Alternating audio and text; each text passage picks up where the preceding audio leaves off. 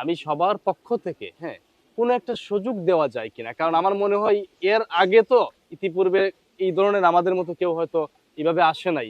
আমাদের সবার পক্ষ থেকে কোনো একটা সুযোগ আছে কিনা আমি এক কথায় জানতে চাই। হ্যাঁ, মেয়েটা তো আপনার ভালো বলে, ও আমাদের কাছে মানে সবার পক্ষ থেকে আপনি তো কোথাও না কোথাও বিয়ে করবেন, অবশ্যই। হ্যাঁ আরেকটা মেয়ে আসবে, আমার কাছে যতটুকু দেখতে মনে হলো মেয়েটাকে খারাপ মনে হলো না, হ্যাঁ হয়তো আমি জানি না, ভালোই মনে হলো।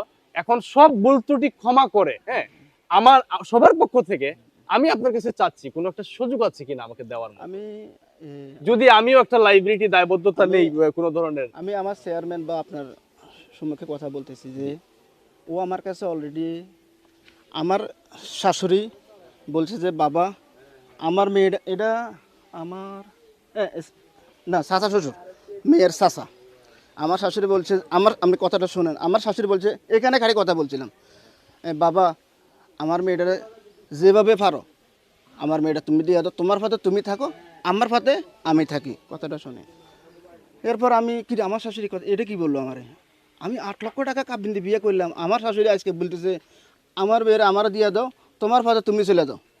লগে লগে আমার শাশুড়ি ফোন করলাম কাকা এমনি এমনি আপনার ভাবি যে আমার এই প্রশ্নটা করলো এটা কি হলো, কয় হে মনে পাগল হয়ে গেছে।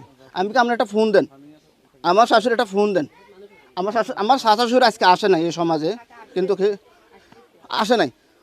শাশুড়ি বলার পরে আমার ও শাশুড়ি বলছে যে আপনি যে আমার এই ব্যাপারটা করলেন এটা কইল নি, পরে হেরা ফোন করে আমার কাছে ক্ষমা প্রার্থী বাবা আমার বাইর বউ ক্ষমা এগুলো তো নিয়ে আসছে আমি সব ভুল ত্রুটি ক্ষমা করার কোনো সুযোগ আছে কিনা, মানে একটা আমার কাছে আমার শাশুড়ি তালাক খুঁজছে। দ্বিতীয়বারে আমার ওয়াইফে আমার এই রেকর্ডিংয়ের মধ্যে না হলো 15 বার তুই আমার যেভাবে ফারস এরকম সমাজে বসে কীভাবে ফারস তুই আমার তালাক দিয়ে দিস।